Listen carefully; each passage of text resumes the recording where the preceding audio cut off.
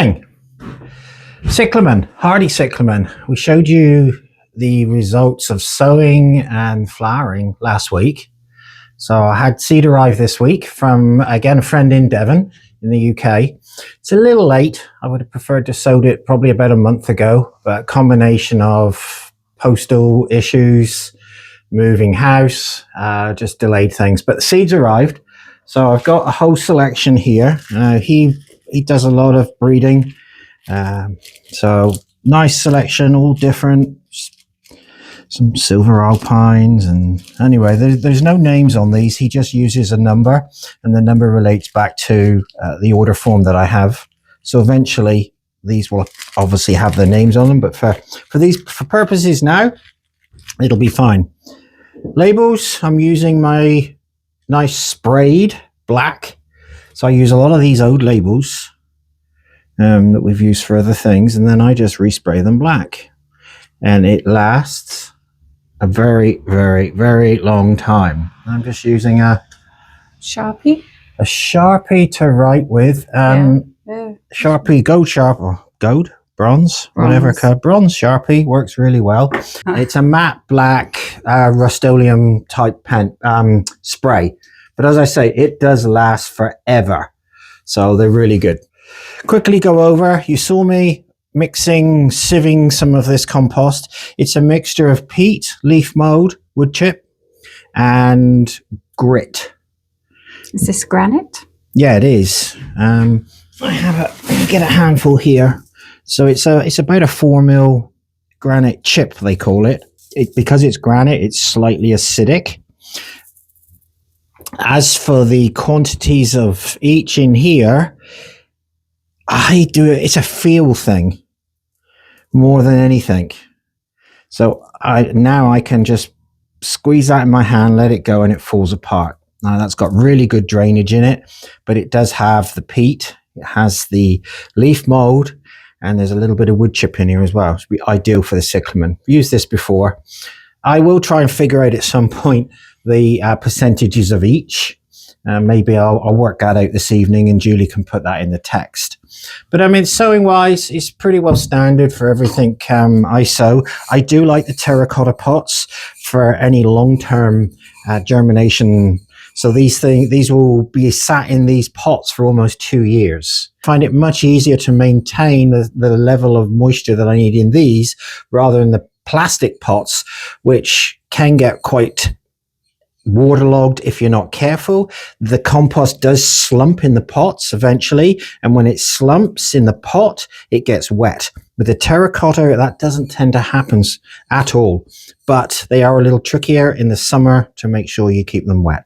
But anyway, and I don't use Crocs. I use this.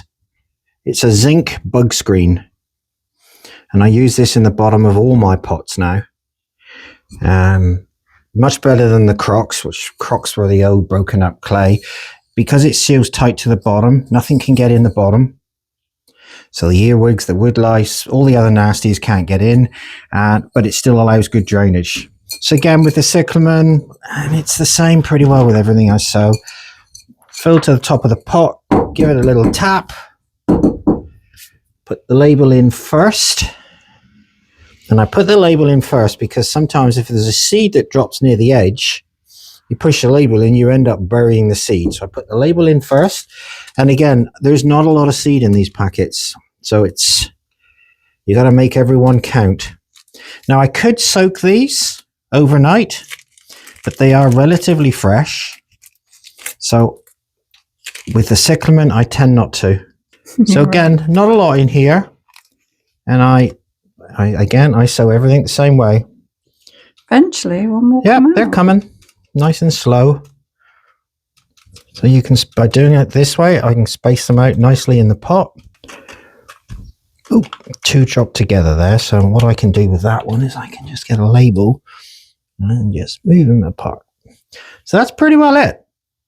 And if it'll fit, just a little, very gentle tap down. And what's that for? Just to make sure the seed's in good contact with the... oh, hello. I've missed a couple. Stuck in here still. Here we go. Just check there's no more. So those are tapped just very gentle, just slight tap, and then that's it. I don't put any more compost on the top. But then the whole pot, and I do this with all my anything that's going to be in the perennial wise. Everything gets covered with gravel. Nice layer of gravel. I find, first of all, I don't get a lot of liverwort and moss because these are going to be in the pots for 2-3 years. I don't get any liverwort and moss growth on the top. The gravel prevents that. From experience, I mean, a good friend of mine, old-time gardener, had a fantastic collection of plants. And all his plants were grown in flower beds and woodland beds, and then he had gravel paths. He had more seed germinating and more plants growing in the gravel than he did in the beds. So again, it's from experience, from doing this for so many years, I just find that a nice layer of gravel is much better than putting compost on the top. Now, I don't do it with my vegetables and I don't do it with a lot of the annuals. But I would have said 75% of everything I sow nowadays, I'm putting gravel on the top. Now, this is, as I say, this is granite. We here can get another one called... That was me. That Sorry. Julie's just got an email. Yeah, we're here in Ontario and we can get another gravel called HBB, which is high performance bedding. That's the same. It's a 4 mil, but it's limestone based. Now, I find that works very well for things like dianthus that like that alkalinity in the soil. So anything that likes a higher alkalinity, I will use the HPP bedding for. If you can't get either of those, the other one you can buy from your farm supply, from, I would imagine, from some of the bigger stores is turkey or chicken gravel. Now, and a lot of the guys will use that as well. And again, it's about a 3-4 mil size, and it works really well as a dressing. So anyway, this one now and all of these, I've got to find a home for. Normally, they would go straight into the greenhouse, on the floor, under the bench. Obviously, I have no floor, I have no greenhouse at the moment. So I think what I'm going to do is give these a really good soak. And they can be moved up onto the deck with everything else for now. What are you laughing for? So yeah, I'm hoping another 2-3 weeks time, then I'll be able to move them back into the greenhouse. They'll sit on the floor until the weather gets really cold. And then once it starts to freeze up in the cold greenhouse, cold polytunnel, they will then go into an insulated frame where they'll just be kept frost free for the whole winter. And then they should start germinating spring, early summer next year. So yeah, so that's a quickie on the, not so quick, as usual. Oh my God, Gary, you can talk. I know, I like talking about seed and plants and stuff. So yeah, that's the cyclamen. So let's move on.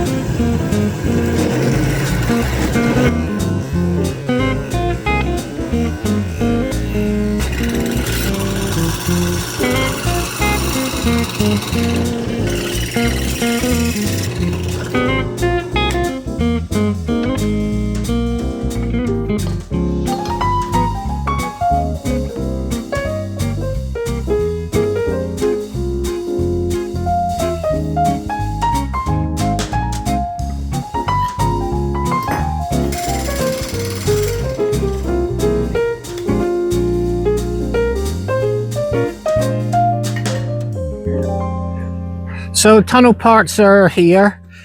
I have the hoops. The hoops were bought from our previous nursery. So we have these. So this is just half the hoop. So there's 2 of these. ground cover sheet, and then we have 6mm white poly, and then I have a 50% white shade, and then the rest of this is just various fixtures, fittings to put up the tunnel. So this stuff is all new. I have the new ground tubes. They're in the workshop, and you saw me drilling those. And I also have hoop connectors. So where the two hoops join at the top, I have new connectors. There was a bit of a snafu, if you want to call it a snafu. I don't know another word for it. Yeah. Good one, snafu. I like that one. Bit of a snafu. They didn't get drilled. Unfortunately, the ground tubes weren't drilled, and then the hoop connectors didn't get drilled, so I had to drill those, and you saw that in the earlier shots. I don't know how. I mean, kudos to these metal guys. I'm not a metal person. I'm a wood guy. It stinks. I was told it stinks. I was told to use cutting oil to drill the hose. I did. It's horrible. But did it help? Oh, it did help. Oh, yeah, no, don't get me wrong. It did help. But everything to do with metalwork stinks. I mean, you cut holes, you cut metal off, it smells. You weld it back together after you've made a mistake, it smells. It's horrible. Right. I much prefer wood. Okay. Yeah. So anyway, let's go and look at these ground tubes. Yeah, so excuse the mess. Obviously, moved in, everything's all everywhere. I can't find half the things I want. I know they're here somewhere. It's just finding them. So we have the ground tubes. So these are 3 feet long. They get driven into the ground. They'll go into the ground to about this point, all the way in. And then this is the hose I had to drill. Like I say, not a fan. Never been a fan of metalwork. And then the hoop connectors. This was my original hoop connectors. Very short. So the hoop comes up from the ground, joins here, and then the purlin runs along underneath. Very short. So I had the guys make me some new ones, much, much longer, obviously, which gives me a little bit more stability at the top. You'll see this when I start putting all this together, but they forgot to stick that center hole in, so I had to drill that as well. So anyway, all that stuff's been done now. So we're ready to at last to make a start on the polytunnel. But first, I'm just going to give you a quick video of the finished irrigation tank.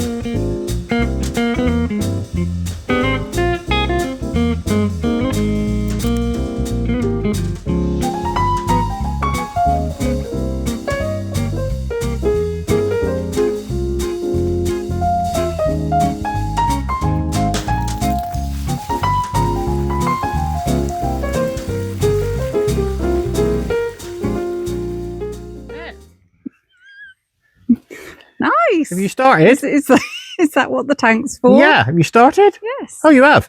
Yeah, it's got water in it. No, it's almost finished. The net, unfortunately, it was a shade cloth off of our old polytunnel at the previous address. It's not quite wide enough, but it'll do for now. It'll keep the worst of the leaves out anyway. So I've transferred some of the water from the storage totes that I had it in, and eventually all the water from the house, all the water from the garage, the 2 sheds will all be coming into this storage tank here. I've got one pipe in place at the moment. I've hit my head about 3 times on it already. So I will be lifting that a little higher, but it'll do for now. I just wanted to get it up. It's an old liner. It's the liner that was in it. I wanted to get some water in it just to make sure that it is holding water, because it'd be nothing worse than putting it in the spring, filling it up and finding it all gone in the morning. So it's up. We'll see what happens. I think it's holding water so far. There's only about 3 inches in there. It holds about 8,000 gallons in total when it's full. And then when I water everything, I draw about 1 inch of water every time off of it. So it will last me a long time, but obviously we've got to keep it topped up. And then for the winter, we're going to put they call it's like a swimming pool pillow in the middle, which will go underneath the net, which then when it freezes, the pressure from the ice will then not push the sides out. It pushes in on the actual pillow, just an inflatable basically. Yeah, it's an inflatable. Oh, we are witty this morning. We are, aren't we? Yeah. Yeah. Must be because the sun's out. And then I am going to put the bubbler in there. The old bubbler we had at the pond. I'm going to put that in there just so that I can keep a spot clear so that I have access to the water if I need it for the winter months, because I don't want to be taking water from the house supply if I can help it. The water from the house supply goes through a big filtration system, costs us money all the time, obviously, when it's going through. Whereas this water costs me nothing. It's good rainwater. So I'm going to try and put the bubbler in there, and then I'll just turn the bubbler on when I want to create a hole in the ice, because this will freeze solid and it will fill up with snow. So anyway, that's an update on that. I've got to tidy up the net, get that all chopped off. And yeah, it's pretty well finished. So at last, we can now get on with the polytunnel. I've got a couple of markers in already. So if Julie steps back without falling over the nail again, which she's already done twice. Well, you didn't tell me it was So there. I have one in this bottom corner. That one's in the right place. I have another one. Mind the nail. I have another one. Hi, Willow. I have another one here. So these two are dead right. I've squared it off the garage. I'm working everything off the back of the garage. The others I've got roughly marked out, but not exactly. So Julie's now going to give me a hand. We're going to get everything marked out. We'll get it squared up. And as soon as it's all squared up, we'll set the camera up, and then I can start marking out for the ground tubes.